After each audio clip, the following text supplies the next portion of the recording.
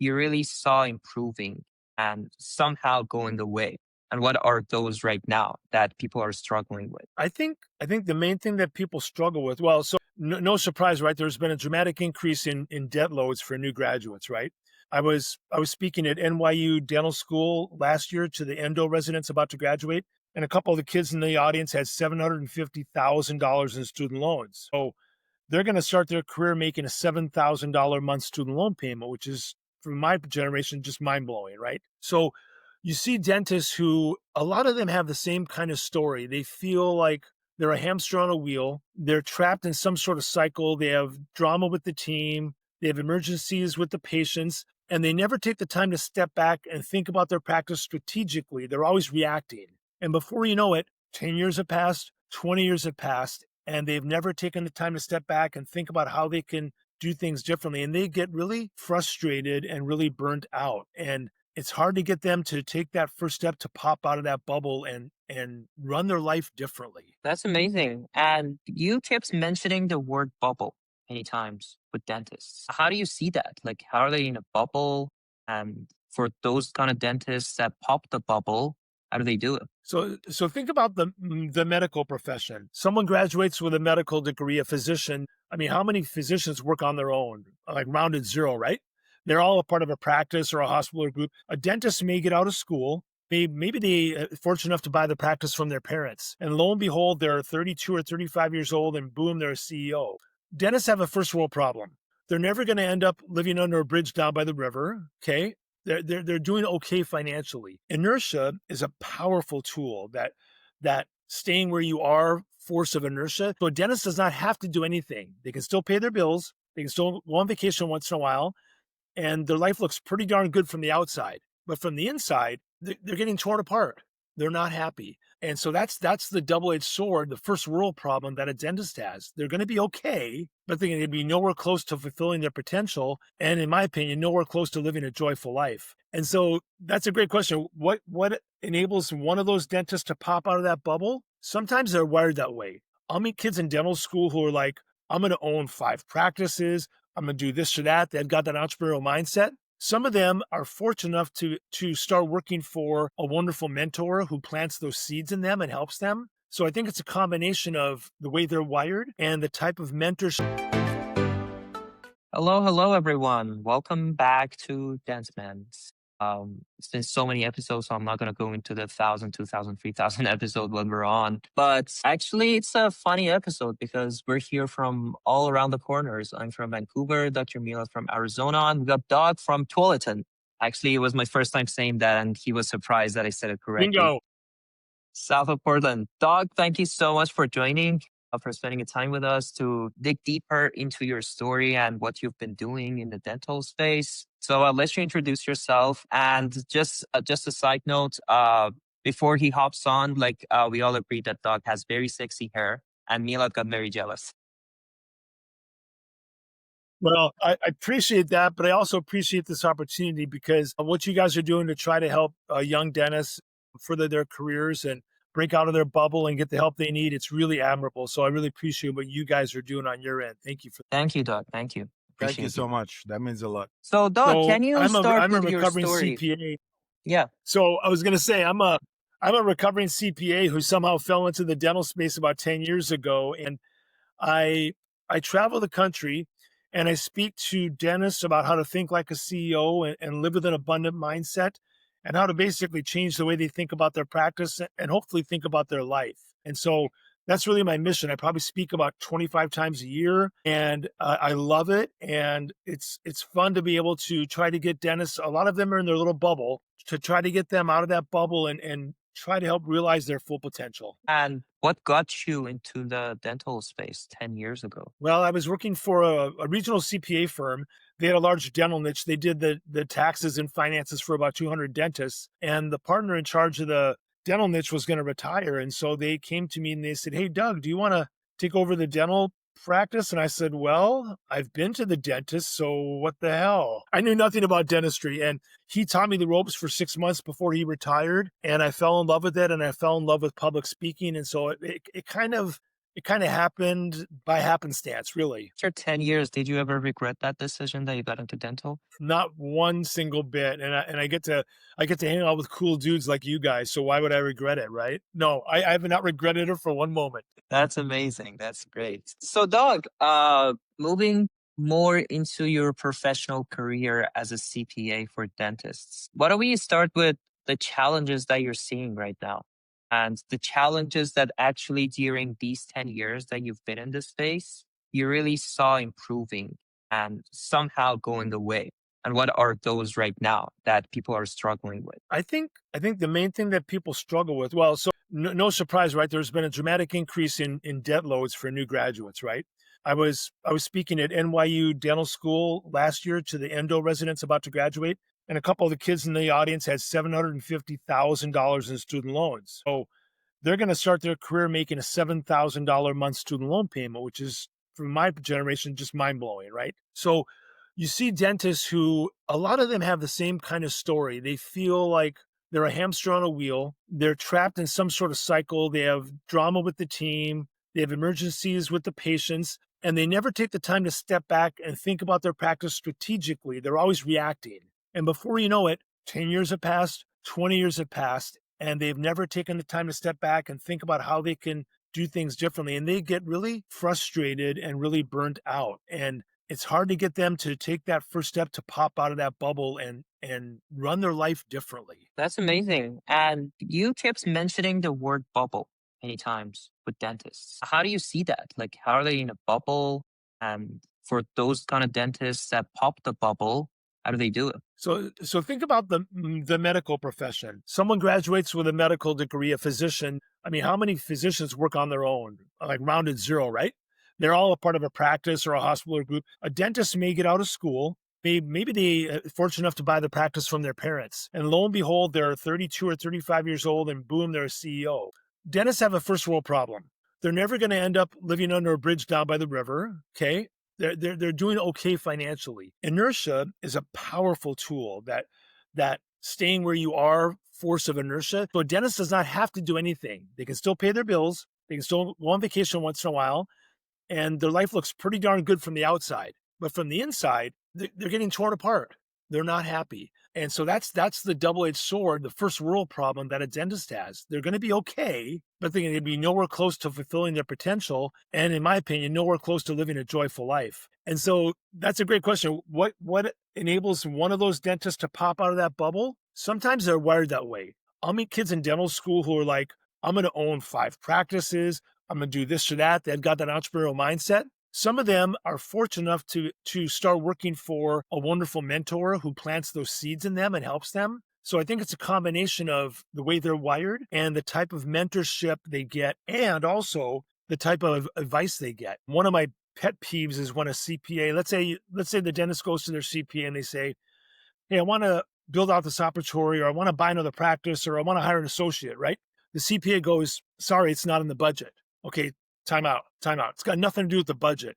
The budget is just an estimate of revenues and expenses for the next year. We're talking about investment decisions that have to be analyzed through return on investment and ROI. So if a CPA is a scarcity-minded CPA and squashes those ideas, that can also create a bottleneck for that dentist, and they can't get out of the bubble because of the advice they're getting. Sorry, long-winded answer. No, I No, think no, that's that's such a great. powerful everything that you meant. Yeah, everything that you mentioned, it's so relatable, especially for me as a dentist that graduated about 3 years ago. The challenges that you mentioned is the challenges that I deal with on a daily basis. You know, high tuition, trying to figure out what to do, trying to figure out how we can maneuver the industry, finding the right mentorship. So all of those things are things that I can relate to 100%. The one thing I want to ask you, Mr. Doug, is why do you believe, like you said, your time and our time is so different, right? People went to dental school in the past. My professor in dental school said the cost of my tuition was $25,000 when I graduated, right? Why do you believe that dentistry or medical field in general has gone down this path that it became so expensive? Is it just because of the business side of it, or is it because the cost of it? Like, What is the reason that these dental schools are so expensive? Well, I guess part of it has to be the market. If they're still filling up the dental schools, I mean, the schools are like, okay, we keep raising tuition 10% a year, and I'm not sure what's tuition at a private dental school now. It's probably pushing 100 grand a year, right? I don't know. And then they need to eat, right? So they take out a pizza loan money, and all of a sudden you're at 120 a year. But here's the interesting thing: those endo residents that are graduating with $750,000, actually, if they're prudent, the math still works because they've guaranteed a pretty darn good earning power for the next 30 or 40 years. Now, if they get out of school and they run out and their partner or spouse talks them into buying a 3,500 square foot house right away, taking the 3 vacations to Bahamas every year and buying 2 new cars, yeah, but if they're prudent, the math can still work. So I don't know how high tuition can go,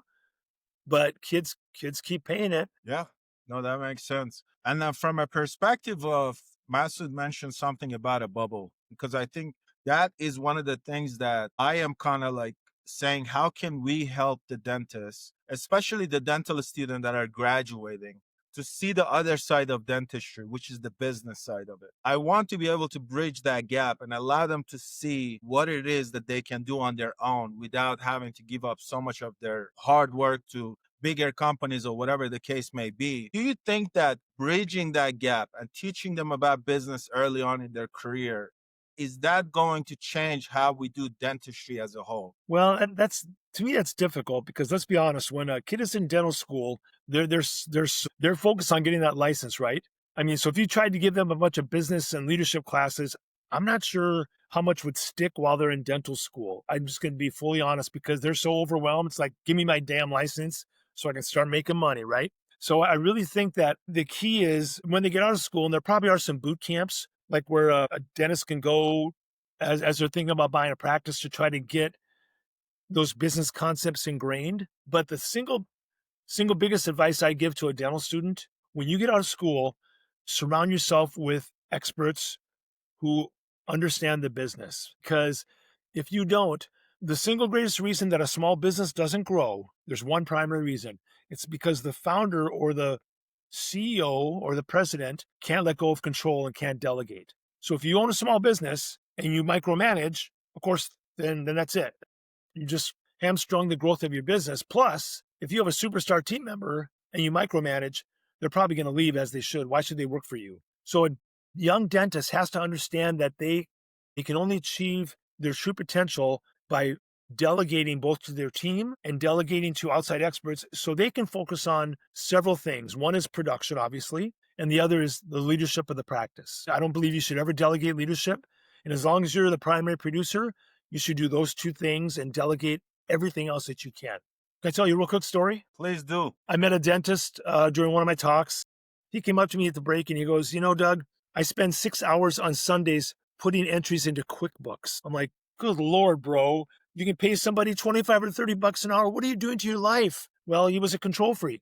So if you're going to spend 6 hours on Sundays putting entries into QuickBooks, I mean, I'm sorry. That ship has sailed. You have to be able to delegate both to your team and to outside experts. And then a dentist will say, yeah, but Doug, an expert costs money. Of course they do. If the expert's not bringing in more in value than you're paying them, you're using the wrong expert. I mean, who wants to do their own taxes, right? Hell, I don't even do my own taxes. I outsource them to another. I don't want to do them. I outsource them to a good friend of mine who's a CPA. I don't want to do taxes. Nobody. So why would you not outsource other things that take you away from that's the most value and what you love? Yeah, absolutely. I think that's the part that you mentioned is the delegation part of it. And I think a lot of it early on in our career, we struggle with that because we don't know anything better, right? Because we always were in the control of our kind of how we do things. In dental school, we're in control of what's happening. So I think getting out, and that's a very good advice for them to understand that part of it. And Well, all I was of going to that. say the other crutch that dentists fall into is the whole thing about being a perfectionist. And I think the word perfection should be flushed down the frickin' toilet. It should be banned from the English, from every language, because perfection is not achievable. It's a crutch that people use. I was talking to a guy one time in San Diego where I spend part of my time. He said, been thinking for a few years about going digital, but I'm waiting for the technology to be perfected. I'm like, okay, bro, are you waiting for cell phone technology to be perfected before you upgrade from your flip phone? Of course not, because with the smartphone, we understand that it's never perfected. It keeps getting better, right? It's the same thing with dental technology. If you wait for perfection, you use that as a crutch to not take action. That's actually a very good point. I gotta say, personally, I've never seen it that way either. Because usually, like, what people are looking for is that they're not necessarily like looking for something perfect, but they're looking to get something to have a minimum viability for them to use that. And they usually name that as the perfect. They're like, yeah, it at least has to do this. Like, at least it needs to get there before I try it out. So, yeah, well, what's your take on that, actually? Well, I'm going to tell you one more quick story. So I saw the same dentist for years in Portland, and I went in one time after I got into the dental industry, and I said to him, I said, "Hey, bro, where's your CBCT?" And he kind of did a double take, and I explained what I did for a living, and then he said, "Well, I don't have room for it." I said, "Well, you could put it here, here, here." And then I said to him, "You realize if you had a CBCT, you'd be able to provide better dentistry, right?" And you know what his response was? He said, "Yeah, I know. Hard stop." He was like in his late 50s. I'm like, okay. I started going to a superstar dentist here in San Diego that I knew had all the technology, because I don't believe a dentist can look themselves in the mirror and say they're providing the best possible dentistry if they haven't upgraded their technology in 10 years. No way. I don't know what you guys' take is on that. No, absolutely. I think the patient care part of it is so important. I mean, I talk about that part. Actually, I was having a conversation with a friend of mine that is a dentist last night, and we were exactly just talking about that you have to invest in the technology, right? You know, the technology is not going to bring you revenue, but it's going to bring you improve your patient experience, and that's how you're going to make that revenue. If I have patients that are still doing paper chart, believe it or not, and it doesn't work that way. God, help us. Well, it's like the old 2D x-rays, so my boys are now 32 and 27, but when my wife was pregnant, you'd go into the ultrasound with her and they'd show you the x-ray of little Johnny, but it looked like a cloud to me. I had to pretend I could see where the baby was because I wanted to be a good dad. It's the same thing in dentistry. Nowadays, if you go in and they do a CBCT, the dentist can show the patient where the cracks in the tooth are in living 3D color. And so the patient can see the need for the treatment, because if you tell a dentist or a hygienist they have to sell something, they break out in hives. There's a 4-letter word to that, right? That's the beauty of the technology. The technology does the selling of the treatment plan for you because the patient can see the need. It tells the story to the patient. That's the beauty of it, I think. Mr. Doug, why do you think that the word that you just mentioned, you said dentistry, one, it's a business. We already know that. And the second thing is, that's the word that you said everybody's running from, is sales. Why do you think that the dentists don't want to accept the fact that we are still in sales, man? Like, it doesn't matter what it is. You're trying to sell a patient a treatment. Why do you think they run away from that fact? Because they think of themselves, they put themselves in the role of a used car salesman. Okay, you're not selling a used car. They think, oh my God, if I'm selling, I'm slimy. No, you're trying to explain to the patient why they need the treatment for their overall, not just their oral health, but their holistic health. So they think to themselves, I'm trying to push something on the patient. No, you're just trying to explain to the patient the benefit of this treatment plan. They can say yes or no, but you come across in a way that I care about your overall health holistically. And these are the consequences of not taking care of this treatment. And so if you explain it that way, I think hopefully it helps some dentists at least come off that ledge of thinking that I can't try to push my patient to some sort of decision, like to force them into something. No, you're just giving them the information. Ultimately, it's their decision. You should never apologize for the cost of the treatment. You should be proud of your technology. You should promote it and say, I'm providing somebody the best dental care in the world. And here's why I think this treatment is important for you. My dentist I started seeing, she was great. So I went into her, they did a CBCT, first one I'd ever had. She showed me a bunch of things and she said, you know what, Doug? These problems developed over years. You don't have to fix them all tomorrow, but here's the 2 or 3 things I think you should prioritize and fix fairly quickly. So she did a great way of saying, hey, you don't have to sign up for a $25,000 treatment plan out of the gate, but here's a couple of things that I think you really should do. And I really appreciated that approach. And one more thing I was going to add to that, I think the whole idea, especially in dentistry, the whole idea of sales is really around helping people understand their problems. That's all it is, because you're not trying to force them into anything. And that's what really sales is. Like, you pretty much make people understand what's not working And then you tell them that I do have a solution. So do you want to use it or not? So the decision is up to them. You're just giving them information, exactly as you said. The only time a dentist doesn't have to sell is when a patient comes in severe pain. Then they're like, do whatever you got to do, bro. Seriously, if a patient's in severe enough pain, you have a number of patients who will only come in because of anxiety. They'll only come in when they're in severe pain. And then, of course, there's a number of other things that should be done, but the patient says to the dentist, just fix the pain. But they'll come in and they'll agree to the treatment plan to alleviate the pain. That's for sure. Because, hundreds of years ago, guys, if someone had an infection in their tooth and it spread up into their brain, they'd eventually die or commit suicide or something. There was no cure 500 years ago. So I try to tell your dental colleagues, at the end of the day, pat yourselves on the back. I mean, you're making the world a better place. In fact, I was speaking to a dentist, and I'm not sure how this came up, but he said when someone asked me what I do for a living, some of your dental colleagues, they'll look down at the ground and they'll kind of mumble that they're a dentist. I'm a dentist. Here's what this guy does. When they ask him what he does for a living, he goes, I make people feel better and look better. That's how he starts. I make people feel better and look better. And then in the course of the conversation, he tells them he's a dentist. But that opening line really people go, wow, because it's true. That's what you're doing. Master, you hear that? I make people feel better. Not just in dentistry, though. Even Yeah. as a friend and as a colleague, he makes us feel better. Seriously. But think about if the dentist and the dental team goes through the day with that attitude. We're making people feel better and look better. It's powerful. It is. It is indeed a very powerful thing because, believe it or not, I always think about this.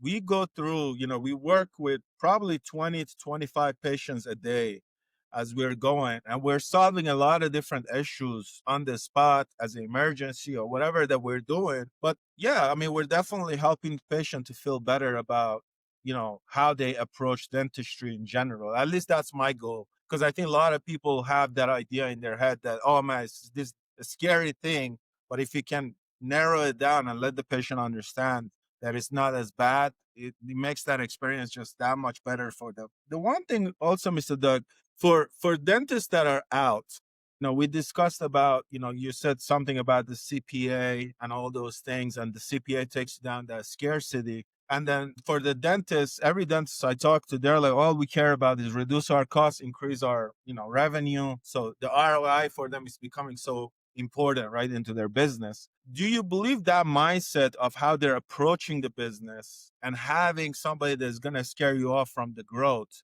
Do you think that approach is wrong? And how should some dentists resolve that? What are the steps that they should take to allow them to pop that bubble and essentially grow when they want to grow?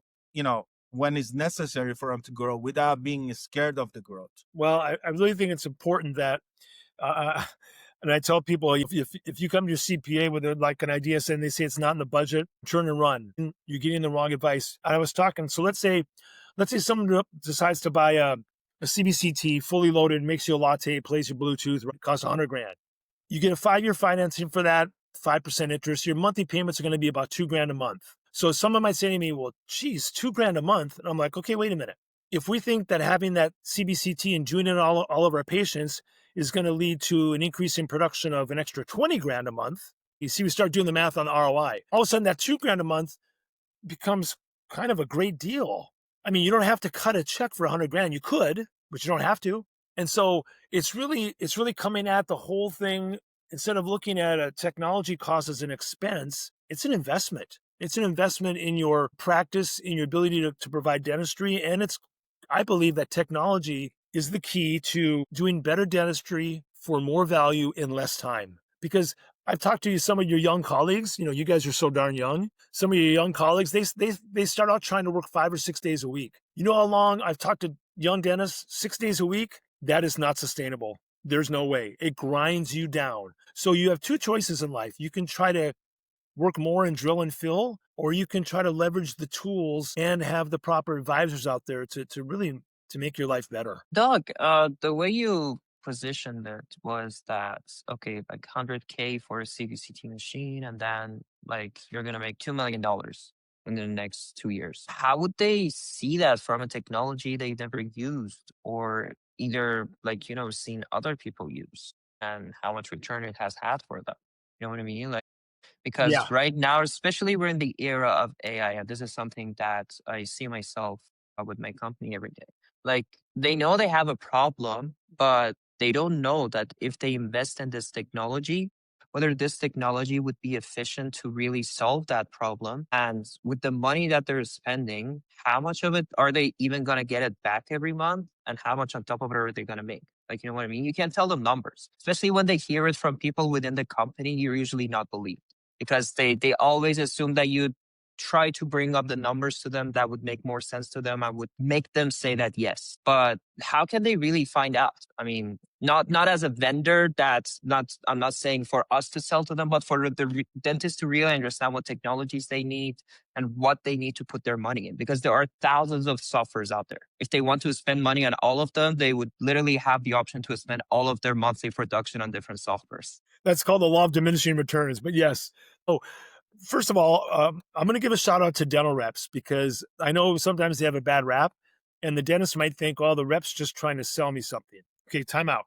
If you have a good rep, the rep understands that the way they become successful is by making you successful. If they sell you a $30,000 piece of digital equipment that you throw in the closet and never use, the reputation of that rep's in the toilet. So the rep is important, but also, you're right, they're looked upon as salespeople. So how about talking to people that are in your local study club, talking to other colleagues in the community that have that technology, getting their firsthand perspective on what it's done for them and what their return was like. To me, that's where the proof is in the pudding. If you can find colleagues who are willing to share their experiences, to me, that's the single greatest way you can build a comfort level with taking that leap. So, Doug, I So agree with you so much on that one because about 2 weeks ago, I went to a local doctor here. He's a prosthodontist. He's been practicing for 50 plus years. And he had the machine that he was doing it local anesthesia with. And I was like, "Hey, doc, like, what is this machine? I've never seen it before." He's like, "Oh, I just put the carpel here and it just gives the injection to the patient and it doesn't feel it at all." I'm like, "Oh, wow. I never seen it before." So it kind of caught me off guard. So I agree with you on that. It's just there are dentists out there that are using certain technology that I am not even aware of. So I think utilizing that and getting the information and purchasing something that is going to be good for the patient based on the experience that other dentists have, I think it's a great way to go about it. Doesn't that blow your mind, the early adopters? So there's a few people out there using the Yomi robotics technology, right? I mean, they're out there, but someone had to be first. And so those people that are courageous enough to be the early adopters, I really admire them. I really do. I mean, shoot, and in 10 years with AI baked in, God knows how much dentistry is going to be done robotically, more than it is now. I'll tell you that much. yeah, really. I think one thing that, especially to make sure that like dentists make the right decisions, I think one important aspect would come down to companies. And maybe it's actually something that I would try out myself as well, because every company has a sales team. They got people that would reach out and try to get people to say yes. I think they should also have a testimonials team. That's the team that's whenever somebody gets sold and like before they want to make that decision, they can reach out to. It's more like a support team. They can reach out to that team. It could be a team of dentists, like people that have already used the platform to really tell them if this is working out or if it's not working out. And not from, how do I call it? Like, not in a perspective that they're really trying to make you buy because they would get paid from that. Yep. In a perspective that they're Go ahead. Yeah. I'm just trying to say that they have no motivation in you buying or not. They're just trying to help you. I think if every dental vendor industry had that kind of structuring to their teams, it's just going to improve the industry so much better. Like the whole market, I would say. I so agree. When I go to dental conferences, and sometimes, an executive from one of the dental companies will get up there at first and they'll do a little dog and pony and, talking about their equipment. And all the dentists, like, they put up the shield, they're trying to sell me something, right? They put up and then if a dentist gets up there, one of their colleagues who's walked a mile or two in their shoes and starts talking about the technology, not in a salesy way, but in a way of what it's done for their practice, all of a sudden that dentist up on stage has instant credibility with the audience because they're explaining, I mean, they can all relate to each other. The sales rep, they're like, whatever, bro. And that's the way it's always going to be. You get a dentist up there where you say a dentist talk to each other one-on-one and someone telling them about the power of that technology, it's a totally different dynamic. Fully agree. So I love your testimonial team idea. Love it. So, Mr. Doug, with that being said, I don't know what it is, but I'm always dragging my kind of the guests into this conversation one way or another. But I'm gonna go for it. I'm gonna take my jab Do it. at this. Do it. So I'm a big advocate. And the one thing that I'm doing, everything that I'm doing with Masood, with Dentment, everything that I'm doing is, for me, my goal, my mission with Dentment is to really help the younger dentists feel empowered so that they can become the CEO. Because I believe for the future of dentistry and where dentistry is going, I believe when you have a dentist that is running the company, is going to make a lot more sense from a perspective of a dentist to dentist relationship than somebody that is not a dentist and has an MBA and is running a company and cannot even relate to that dentist. So my question is, what do you think about when you see these companies being run by a non-dentist, and what can we do to kind of help shift that mindset in dentistry? Love that question. So when I'm talking to dentists, let's say there's 50 dentists in the audience, right? And I'll say to them, okay, how many of you in the audience have ever had formal leadership training? Maybe 2 people raise their hand out of 50. And then I'll say, oh, I get it. The rest of you got all the leadership training you needed in dental school. And then they laugh because they got nothing. So it's like, wait a minute. You're the chief producer in the office. You're the CEO. You're the keeper of the culture, but you can't invest a little bit of time and money in trying to become the greatest leader you can become. Help me understand that, guys and gals, because I truly believe that if your mission as a CEO, I tell these dentists, your job every day should be to come into the office and create the most joyful, positive work environment your team and your patients have ever experienced. If you do that, I have to believe it will help your retention problem. It will help the level of dentistry you provide. It will benefit your patients, your community, but they don't think like that. It's like, wait a minute, you're investing all this stuff in technology and other people, but you're investing nothing in yourself to become a great leader. To me, that's the single greatest thing they can do. Sorry, I got on my soapbox there. No, that's amazing. Milad was telling me, don't laugh. Just wanted to clear that up. And he's asking why not. While Milad was talking, he was like, whatever I'm doing to Dentman and whatever I'm doing to Masood, just wanted to make it clear, like, me and Dr. Milad don't have any intimate relationships. Like, it's not doing anything to me. We're just working together. Yeah. I was just trying to hold my laughter. Hey, Masood, this is Yeah. year 2026, bro. So everything is possible. We actually have never met in person before, so there's not a possibility of that so far. Well, There's never been. you have a great chemistry. Maybe you shouldn't meet in person. You might ruin it. It might No. happen. Mr. Doug, it's so funny you said that. We were just the other day, I picked up my phone and I was driving from my office to home, and then I was going to call Masood. And Masood was like, oh man, I swear to God, I was just picked up my phone to call you. I'm like, bro, we're connected. That's true. That's true. But no, I think dentistry, the other thing I wanted to ask you, the AI has become such a big topic. Actually, me and Masood were having a meeting with one of the AI companies today, and it feels like everybody is getting to the AI and trying to solve something one way or another. What do you think the future of dentistry is going to be with the current state of the AI and where the AI is going? You know what? I think in 10 years, I'm speaking into the unknown, but I think it's going to be dramatically different because everybody, not just in dentistry, but in every industry, they're baking AI into everything and anything they can.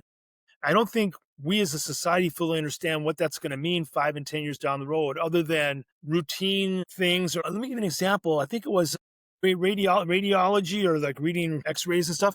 AI can do that better than people already. AI doesn't have a hangover. It doesn't come in tired. It learns from its past mistakes. So there's going to be areas within dentistry where AI will be able to do a better job than a human being. And in order to provide the best patient care, dentistry has to be open to those things and not worry about, gee, we might lose a job here or there, but let's think about the overall big picture impact of improving the profession. But I don't know other than it's going to be dramatically different in 10 years. I'll be dead and gone. You guys are going to reap the full benefits of AI. Come on, Mr. Doug. Don't say that. Come on. With that hair, you're not going nowhere. You're like younger. Doug, how do you portray that future like in 10 years? Because I was thinking about it. Like 5 years ago, or let's say 6 years ago, nobody thought something like ChatGPT would really Right. be even feasible. Like I was watching this other movie called Hair. Have you watched it?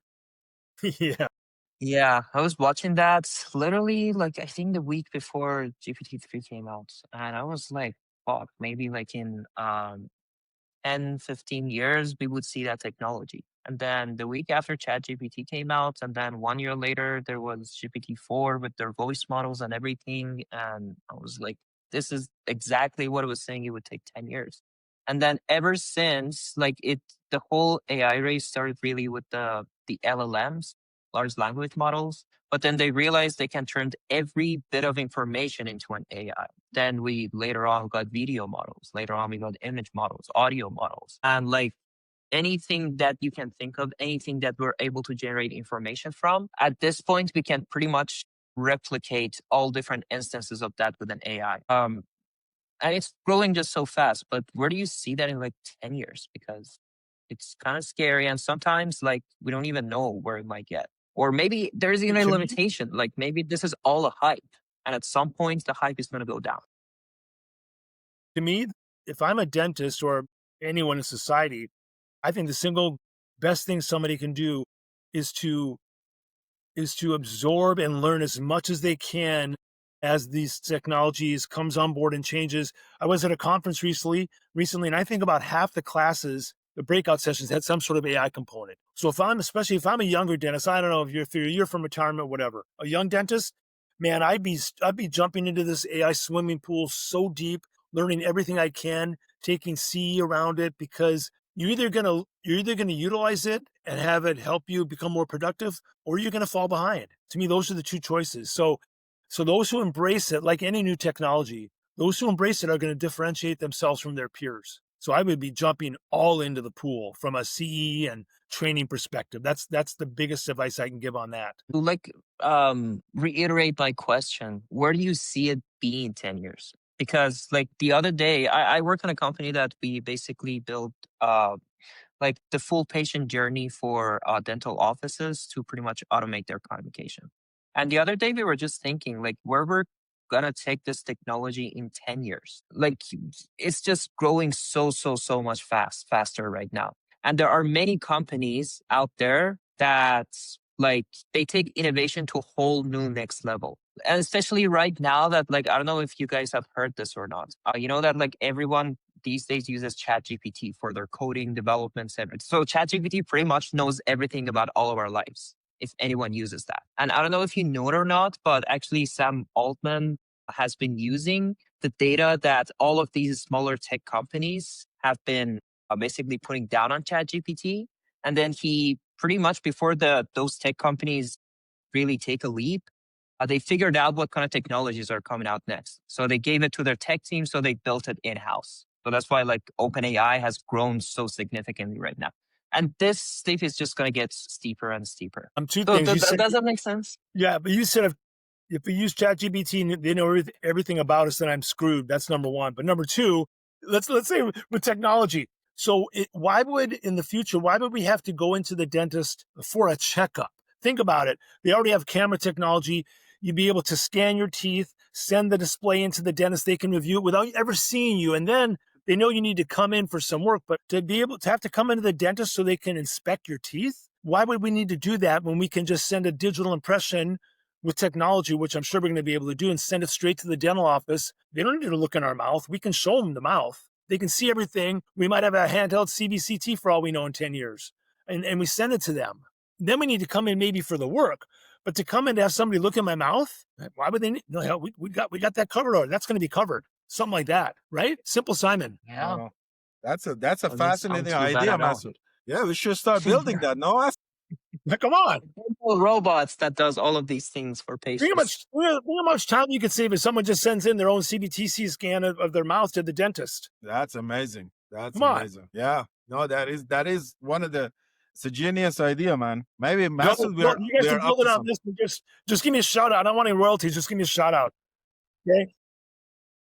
We got you, I'm Mr. okay to Doug. build that as long as Doc doesn't come sue us after later. Like that was my idea. No, I don't do that. You guys are too cool. Mr. Doug, Masood is saying because of experience they had in past. That's why.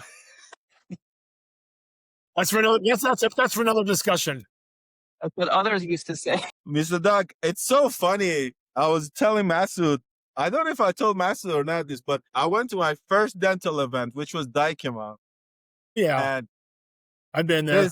it was so funny that I actually was sitting right behind you in Daikima, and you were talking to the group of people about, he created an app that was for dental offices, and you were talking to him.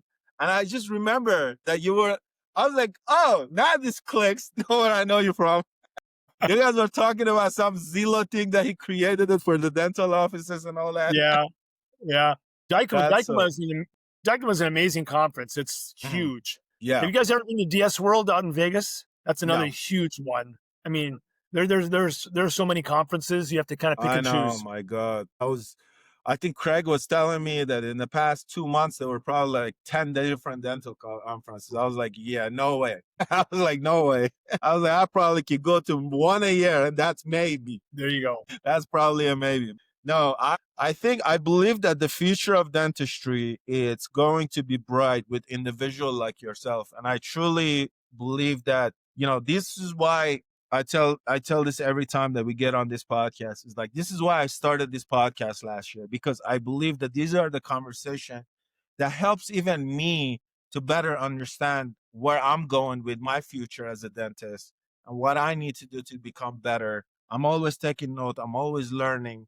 So I think that our industry, dentistry as a whole, it's better because of individual like yourself. And I am so grateful for you tonight, for you to giving us this time. We had so much fun. I said, Doug, thank you so much. I really appreciate your time. And then hopefully on the next one that we met, maybe you can give me a piece of hair and I'll just implant it somewhere here. Maybe there's a hope. We'll work that out. No worries, bro. You guys are great. I really appreciate you allowing me to share my perspectives. Thank you so much for this opportunity. Absolutely, Mr. Doug. We'll see you until next time, sir. Okay, guys, take care. Thank you so much, sir. Thank you. You too. Okay.